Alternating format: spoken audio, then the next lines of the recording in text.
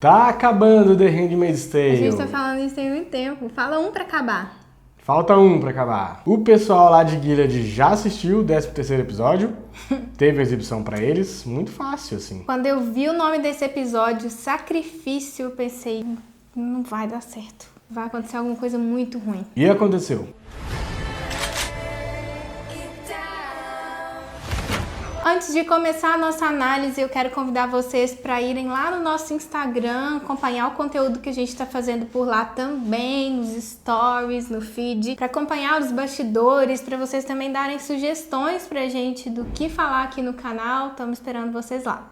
Yeah, baby. Bom, vocês curtiram aquelas coisas que a gente falou sobre o quadro que tem no episódio 11? Ou no 10? No 10. A gente falou no 10 e no 11, no 10 sobre os pintores que eles citaram, desses no detalhes, 11 sobre né? o roubo de arte. Então acho que vocês vão gostar disso também, que é um outro quadro que aparece na casa do comandante Lawrence, do Joseph Lawrence, que é a leiteira do Johan Vermeer, pintor holandês muito famoso. Você já deve ter visto esse quadro em algum canto por aí. E esse quadro sempre me chamou a atenção desde a primeira vez que eu vi ele por conta da expressão muito enigmática que a leiteira está fazendo. Na série, já me ligou à condição das Martas. Primeiro porque o quadro aparece num take, é até bem curto, é um take rápido, na cozinha. Quando a gente está indo com a June para a cozinha do Lawrence, aí aparece ele assim no cantinho, ele é pequenininho mesmo, e ele aparece assim no fundo e tal. E aí, na hora que eu vi, eu falei, nossa, olha a leiteira do Vermeer e tal. E segundo, porque ele tá na cozinha, e a cozinha é o espaço das Martas por natureza em Gilead, né? Porque é onde elas passam a maior parte do dia. Elas ficam lá cozinhando, preparando lanches, preparando cafezinho, confraternizando, confabulando, criando redes de rebeldia. Confraternizando foi uma palavra forte. I told them that I want in. Escort a kid. Whatever. Então juntou essa ideia de o que está pensando essa leiteira nessa atividade tão ordinária, né, que é preparar o leite, é colocar o leite na tigela, e o que as Martas estão pensando, porque são pessoas também que a gente vai acompanhando, né, a gente está vendo agora, criaram uma rede de proteção, uma rede revolucionária muito interessante. É muito singelo, é uma atividade extremamente corriqueira, no caso do quadro, essa leiteira, que está, né, cuidando da casa também, ela alimenta as pessoas, tem algo até meio sagrado, né, nessa atividade de fazer o pão, de dar o leite, de alimentar, com o lance das Martas também estarem na cozinha, preparando comida, alimentando essa família, ao mesmo tempo que a gente fica, né, imaginando como que elas fazem essa rede funcionar. Assim como o Vermeer traz à tona uma personagem, uma pessoa que está ali relegada às vezes a uma condição menor dentro da lógica familiar da época, que é essa leiteira, essa empregada doméstica, que talvez ninguém repara nela, né? Ele coloca ela em evidência, ela está no centro do quadro, ela ganha importância, o ato dela ganha importância. As Martas também, na série, vão ganhando importância, apesar de parecer simplesmente só mais uma. São pessoas que parecem só estar somando no sistema, quando na verdade elas têm muita importância. São fundamentais para o que está rolando em Gilead neste momento. Essa revolução que está por vir. Algumas interpretações dizem que essa leiteira estava indo fazer pão. E aí isso me lembra também os muffins, né? Que são uma maneira de comunicação entre as redes de Marta. Acho que pode talvez traçar esse paralelo. Outra coisa que eu achei super legal pesquisando sobre o quadro é a cor da roupa, do avental da personagem principal do quadro, que é um azul super vibrante, e que dizem que na época era muito difícil de conseguir. Esse é uma dos valores que tem esse quadro. Esse é um dos motivos por ele ser tão importante, tão valorizado. E outra coisa que eu descobri também é onde ele está hoje em dia na vida real. Ele está em Amsterdã. E eu fiquei pensando como isso foi parar na casa do Lawrence em Gilead. Fiquei tentando imaginar assim, o processo que foi para ele parar na cozinha do Lawrence. O final do episódio 11 tinha ficado um pouco enigmático pra gente até falou isso na análise. E no episódio 12 a gente descobre que o Lawrence dá a arma pra June para se defender dos guardiões que iriam buscá-los por causa da morte do Winslow. É interessante que a gente, como espectador, sabe o que está se passando na história mais do que os próprios personagens em alguns momentos. O Lawrence e a June não sabiam que as Martas tinham limpado a cena do crime e incinerado o corpo e que o Winslow agora está como um desaparecido de Gilead. Outro fato que a gente sabe e a June ainda não sabia é que os Waterfords estavam presos no Canadá. E é delicioso descobrir isso com ela, né? Ver ela descobrindo isso. Eu acho que é digno dela fazer até uma festa, uma dancinha, mas ela se contém e espera o Lawrence até sair do quarto, da sala, né? Pra poder comemorar. E o Fred e o Winslow saindo de cena juntos parecia ser uma oportunidade ótima, né? Pra revolução. Mas a gente tem a consciência nesse episódio que isso desestabiliza Gilead e aí eles vão querer revidar de alguma maneira, o que pode dificultar, e é o que esse episódio meio que mostra, assim, o fechamento da fronteira, eles querendo atacar o Canadá. Isso dificulta tanto a vida natural quanto mais essa fuga que eles estão planejando. E é uma resposta esperada, né? Afinal de contas, é um regime autoritário, eles não vão simplesmente falar, ok, legal. A reação da Rita, a Marta dos Waterford, sobre a prisão dos comandantes dela, né, do comandante da esposa, na verdade, né, é bastante interessante porque ela vibra, ainda que comedidamente, né, mas ela vibra com essa prisão também. E é legal porque a gente recebeu um comentário aqui do Renato César, em que ele diz quão desconfortável é quando a Rita se despede da Serena no episódio anterior, no 11, e dá uma ideia de relação bem amistosa, né, uma relação muito tranquila entre as duas, a Rita meio que lamentando, assim. E aí, aqui tá a resposta dessa relação, de certa forma, também, né? Afinal de contas, é uma situação em que há muita opressão. A Serena é uma espécie de dona da Rita, né? Eu até comentei que eu fiquei emocionada com as duas, com a ligação delas, mas é uma relação bem cheia de camadas, né? Ao mesmo tempo que a Rita vibra contando pra June, fala assim, menina, você não tá sabendo o que aconteceu. Ela fala, mas a Serena foi boa comigo quando ela se despediu. E aí a June dá uma resposta nela que é o que resume a Serena. Ela só é boa quando ela está armando algo. E muito provavelmente algo que vá beneficiá-la, né? She's only nice when she's up to something. É legal que a Rita fala que quer ajudar, que quer levar uma das crianças pra fora de Gilead.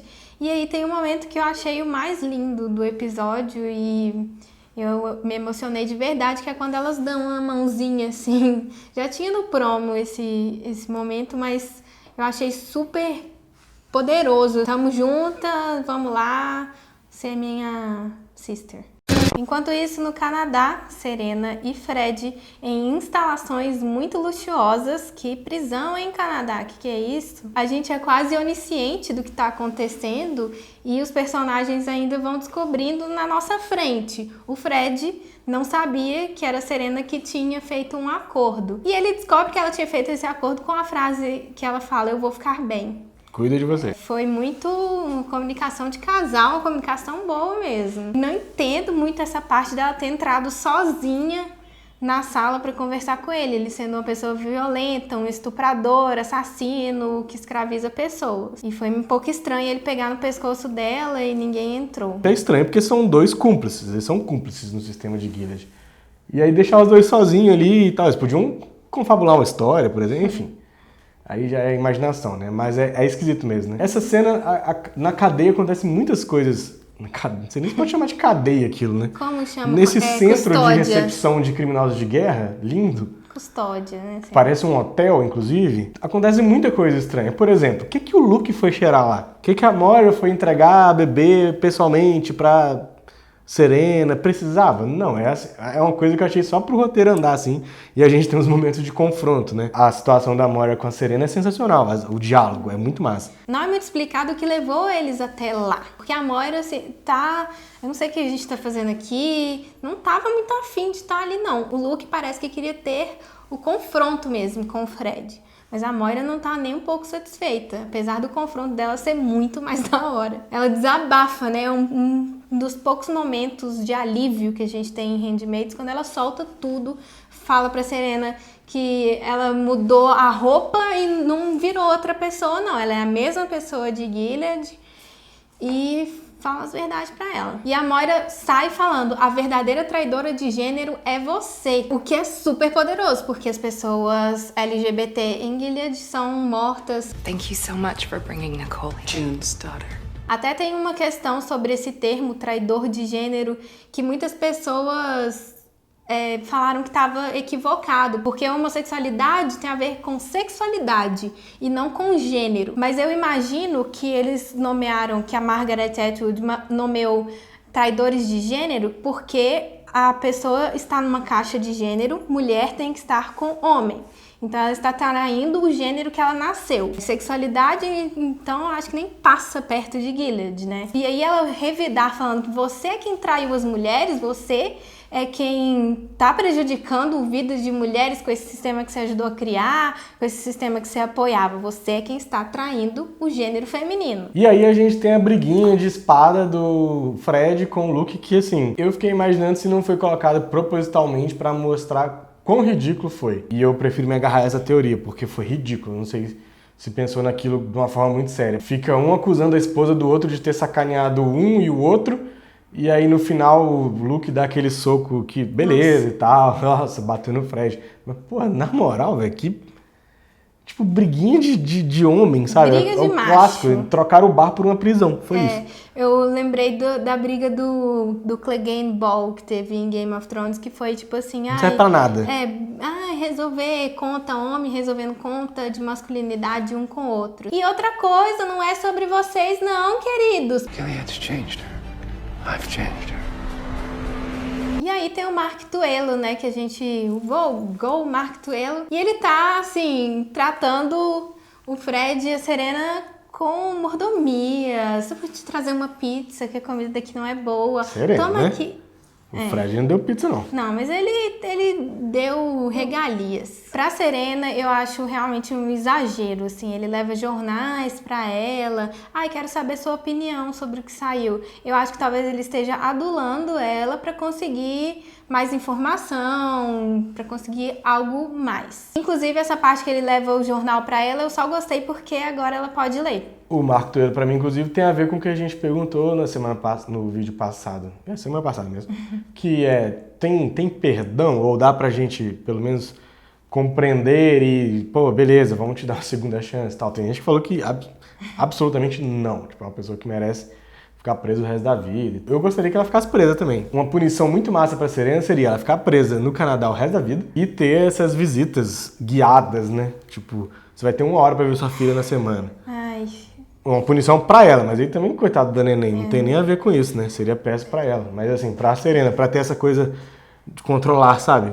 Sua vida não te pertence mais. Assim como você criou um sistema que acabou com a autonomia das mulheres, você também não vai ter autonomia mais aqui. Isso aí que você falou é vingança. Pela minha percepção de hoje em dia, atualmente, eu acho equivocado levar essa bebê pra lá. Ela não é filha dela. Ela é fruto do estupro do marido dela com a Aya. Isso é horrível. Tem um lance muito curioso que é assim, Gilead não tem tratado de extradição, alguns países nem sei se reconhecem a autonomia e reconhecem essas situações familiares, né? Por que você considera a Nicole bebê dos Waterford, sendo que você sabe que esse bebê é fruto de um estupro institucionalizado, né? É meio bizarro, né? It's your mom. Hey, Nicole. E aí, enquanto o Canadá tá deixando Serena ter visitas com a Nicole, voltando para Gilead, a esposa Winslow tá um pouco desesperada porque o George, o comandante Winslow, está sumido e se ele não reaparecer, ela vai perder simplesmente os filhos. Ou seja, uma mulher com os filhos não é uma família. I can't be a woman alone with 5 children. They'll take them away. We could take them with us. Don't we have room? Quando a June tá saindo do quarto para pedir ajuda e ela para e desiste, eu só coloquei a mão na cabeça e falei: não, outra situação, Walter White, não, ela vai deixar ela morrer. Isso aí talvez seja um spoiler de Breaking Bad. E é horrível, realmente, é muito triste ter uma personagem deixando outra morrer. Mas analisando bem friamente, a gente pode tentar entender o que passou na cabeça da June. Primeiro, os perigos que a Eleanor representava para eles e para a fuga que eles estão armando. Quando tem aquela oração na casa dos Lawrence, ela quase dá com a língua nos dentes, fala: não, traz as crianças que a gente salva. Ela fala para Olivia Winslow. Aí depois ela quer sair da casa para ir na casa de outra pessoa para tentar resgatar a criança para levar com eles daqui a uma semana. O segundo ponto é a crueldade de Gilead. Uma pessoa que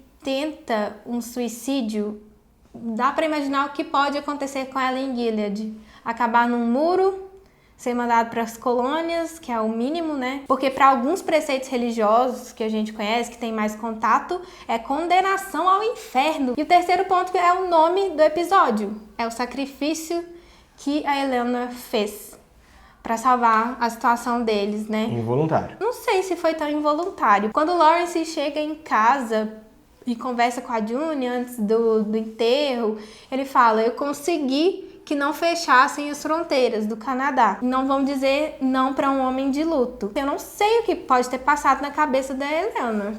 Porque... Nossa, mas eu acho que ela fazer a associação de vou me matar para o meu marido conseguir o plano de não fechar a fronteira, acho que é um pouco... Para mim foi mais o estresse de tudo que ela já passou e de ser uma das únicas esposas que abertamente discorda de tudo que se passa ali. Eu acho que foi uma coisa de cansei disso aqui, não aguento mais mesmo. Ela tem um diálogo anterior quando o Lawrence diz: vai passar, a gente vai sair disso tudo aqui, isso aqui vai ser passado. Aí ela fala assim: vão mesmo? Mas eu não disse que ela fez pensando exatamente nisso das fronteiras, mas eu acho que ela pode ter ficado estressada realmente, até percebendo que era um peso ela ter uma doença mental. Como se fosse assim: eu prefiro não existir porque eu tô dando trabalho, sabe? Eu acho que é uma coisa meio depressiva que aconteceu com ela, enfim, difícil de imaginar. Eu acho que tem um pouco a ver porque o episódio se chama Sacrifício. Não que tenha sido exatamente planejado, vou me matar para tal coisa, mas foi um sacrifício cometido por alguém que facilitou a vida deles. É bem louco, assim. You cannot say anything, do you understand? You cannot! Do you understand? Enough! Depois que a Eleanor morre, tem duas cenas que eu acho bem delicadas e acho muito bem feitas.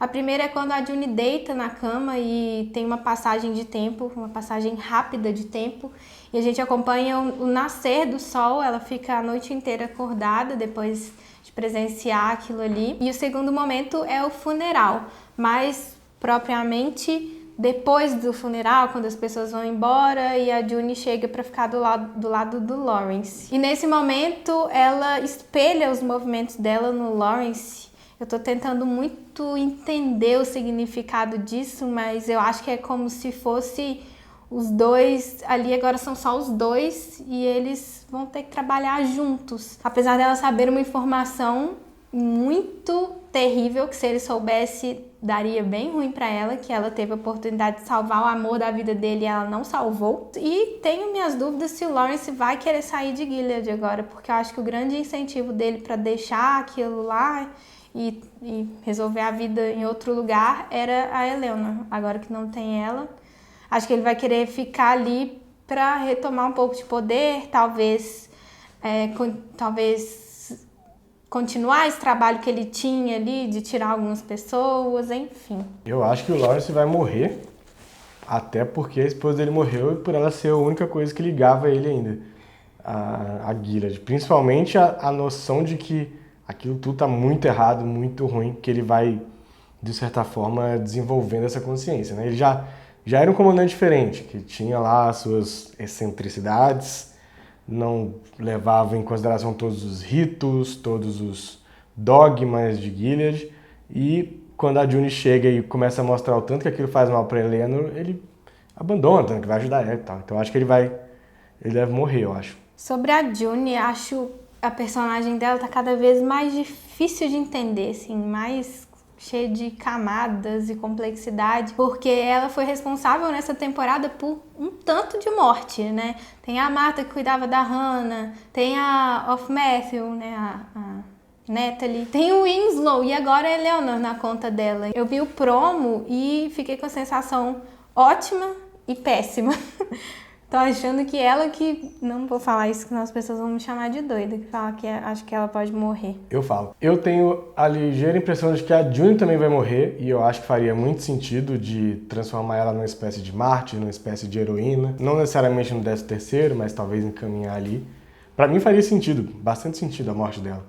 Principalmente porque daria uma certa resposta ao fato de que ela transgrediu muitas regras o tempo inteiro e não é punida severamente como outras aias foram em outros momentos, até por coisas menores. Ainda complemento essa teoria com: acredito que possa ser o final, bem no finalzinho do episódio 13, algo que dê a entender que ela morreu, e aí a gente só vai saber na 4ª temporada. Isso é ótimo, vai ficar todo mundo... Pra quem viu o promo, tá lá que as Ela coisas tá não sendo saíram, perseguida, né, como esperado, totalmente como esperado. Com certeza vai ter algum contratempo. E eu creio que a Putnam, eu esqueci o nome dela, Ai, eu não sei o nome dela também não. a esposa, né, do comandante Putnam, a esposa Putnam, eu imagino que ela tem a ver, porque quando a Eleanor tá lá falando aquelas coisas, que é uma cena muito engraçada até certo ponto, né, que ela tá tipo, quase entregando os planos meio ingenuamente, a Putnam faz uma cara muito de desconfiada dela, ela fica tipo assim, o que essa mulher tá falando? A Olivia tá enlutada, tá triste, né, desesperada, eu tenho que achar meu marido, e meio que não tá prestando atenção nesse lance das crianças. Ah, eu acho mais capaz que ela seja, que A tenha Olivia? captado, porque ela era advogada e ela tem uma relevância grande, assim. Então é isso. Se você tá gostando das nossas análises de Handmaids, a gente tem um convite para fazer. Essa semana estreou um filme que é com Elizabeth Moss, que ela é uma mafiosa. E a gente fez um vídeo aqui no canal, vamos deixar no card para vocês assistirem também. E já tem vídeos sobre várias séries que sugeriram aqui, alguns que a gente já inclusive estava acompanhando ou começando a acompanhar, então vem novidade por aí também. Depois que acaba a Handmaid, a gente fica na ressaquinha, né? Sim, aí tem... Ah, podia até chamar assim a playlist, Ressaquinha de Handmaids. Então tá bom. É isso. Todos os recados. É isso, até o próximo vídeo e tchau. Tchau.